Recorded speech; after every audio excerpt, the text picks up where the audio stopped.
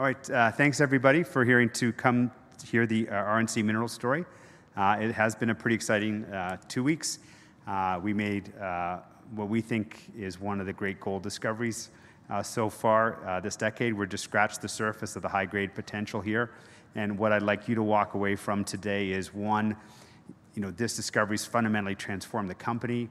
Our balance sheet and cash position is in a very strong position, and we're fully financed to move forward here at this point in time. Two, what the potential of this discovery might actually come to be in terms of the potential scale here. So that's the goal for today. Those two specimens there, one's 95 kilos, one's 65 kilos, two of the largest single gold specimens ever found. What attracted us to Beta Hunt was we're in a really well-defined gold region.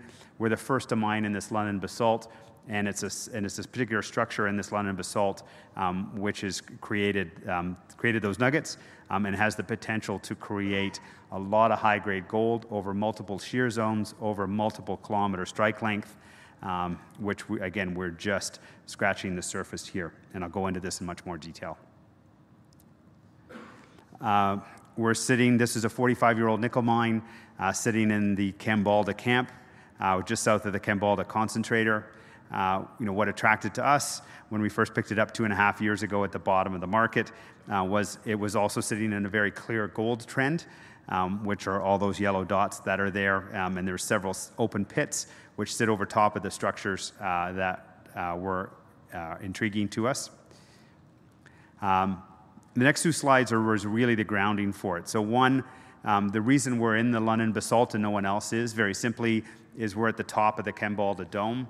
It drops off steeply in several different directions, and as such, we have access to it, whereas if you go a few kilometers in any direction, that basalt is several kilometers down.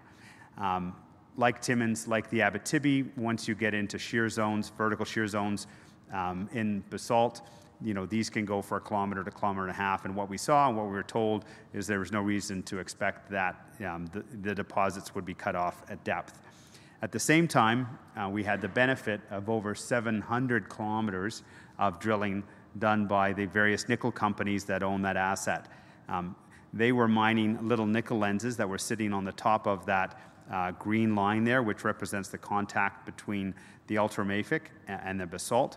And as they were drilling for those nickel lenses, they would go into the top part of the basalt, hit the gold structures that were there, and so effectively gave us a roadmap over a 4-kilometer strike length of where we could find those gold zones.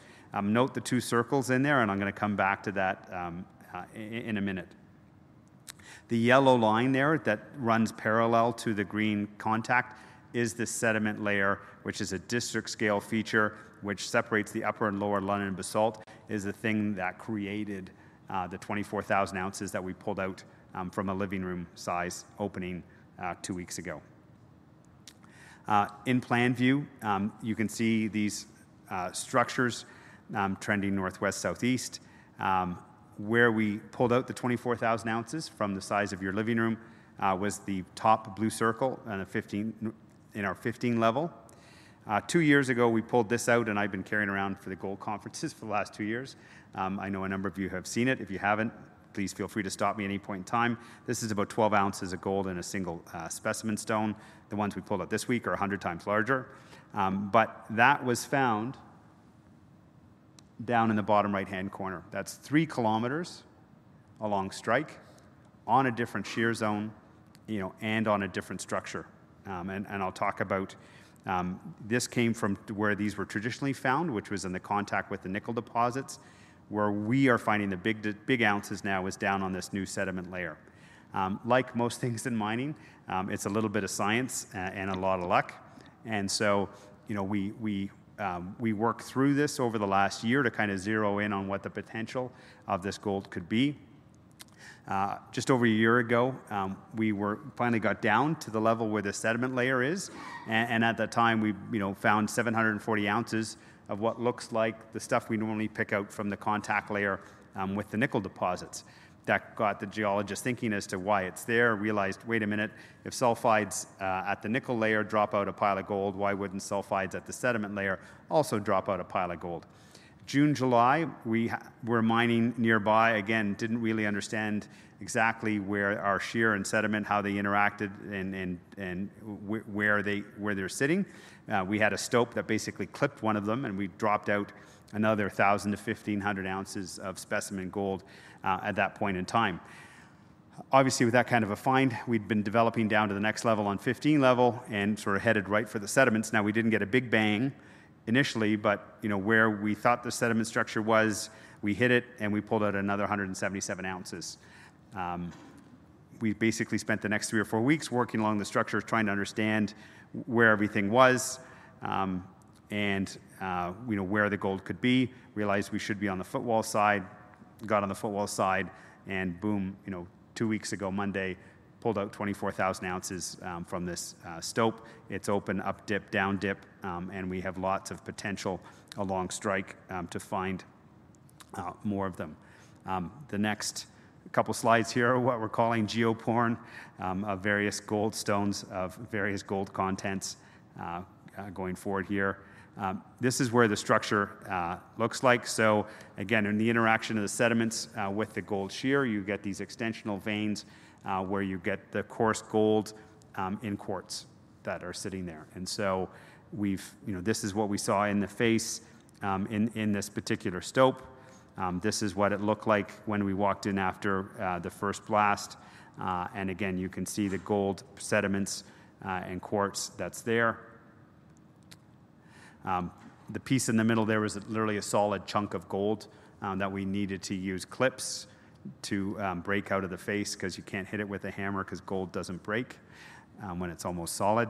And then again, too, you can see the type of structures that we're finding down there that generate this specimen gold. So in terms of a general model, so we've got the sediment layer that was originally laid down between these two basalt layers. Flat as the dome was created and the uplift was created, that sediment layer got deformed in a similar fashion. Along the shears, where our shears are, we think there's anywhere from 10 to 40 meters of displacement. So it creates the potential for interaction between the sediment layer and these shears of anywhere from 10 to 40 meters, with a set of extensional veins coming off of that interaction. So this is the model that we're working with right now. And what was exciting was, and this is what we announced today, is we went back up close to that stope and said, okay, based on what we know now, looking back at some of the mapping that was done, basically this is where the sediment and shears should be. And if we go in here, we should find extensional veins, with some visible gold in there. And with the picture on the right, that's what we found. So, 200 meters along strike from where the initial discovery was. We've got lots of other information that we're looking at. We're going back through the drilling mapping to understand where the structures are. But that's the really exciting piece. Obviously got lots of people excited today because our share price doubled off the back of that. But for me, is we've got a model, we've got another data point that tests it, and we think we're going to have another number of data points to really show what this asset could look like. In terms of where exactly in the mine from that simplified model where we are.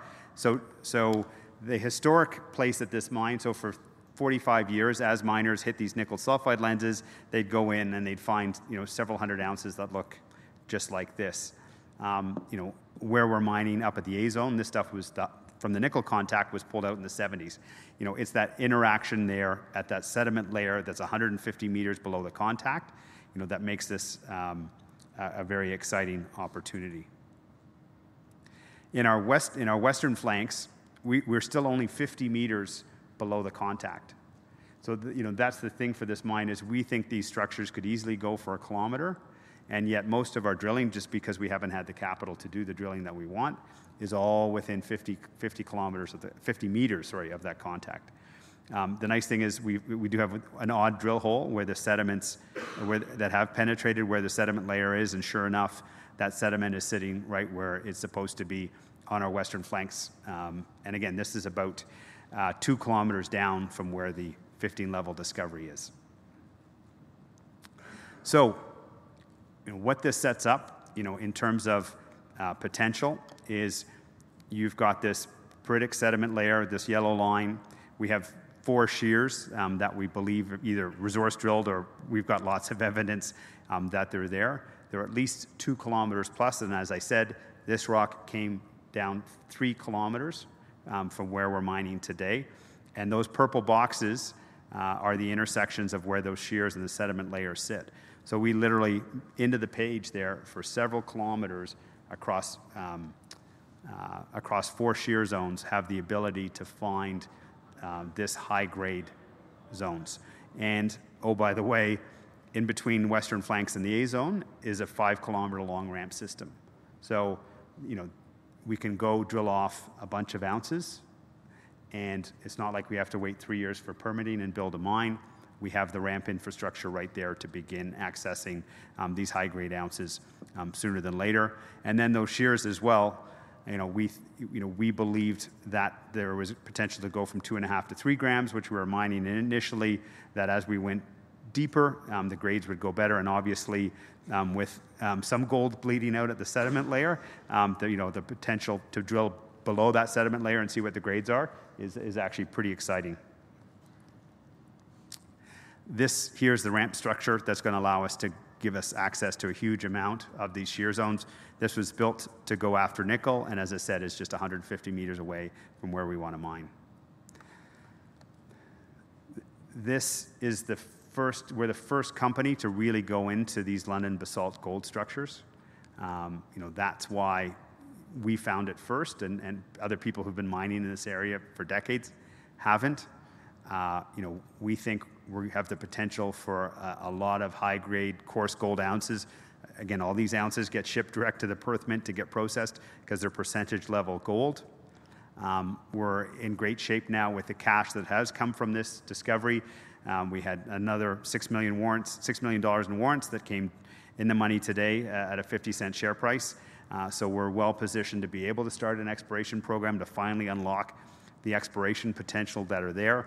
And again, we have a model now that we think explains it, that we can use to guide our exploration going forward. So, there's going to be a lot of news flow from this asset over the next 6 months to a year as we unlock this potential. And again, at every gold conference, one of the major themes is there's a real shortage of real gold discoveries, truly new gold discoveries, and we're excited, that RNC has one of them. So I'm glad to take any questions at this point. Questions from the audience?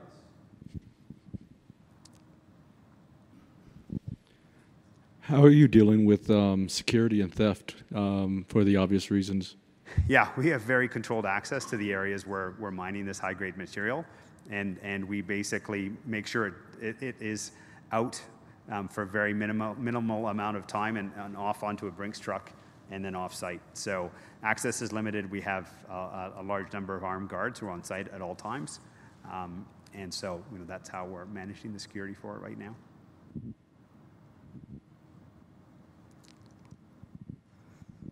So is it safe to assume this asset that was for sale a month ago isn't for sale anymore? The for sale sign is off the front lawn, yeah, and been torn up and burnt in a little pile in the corner.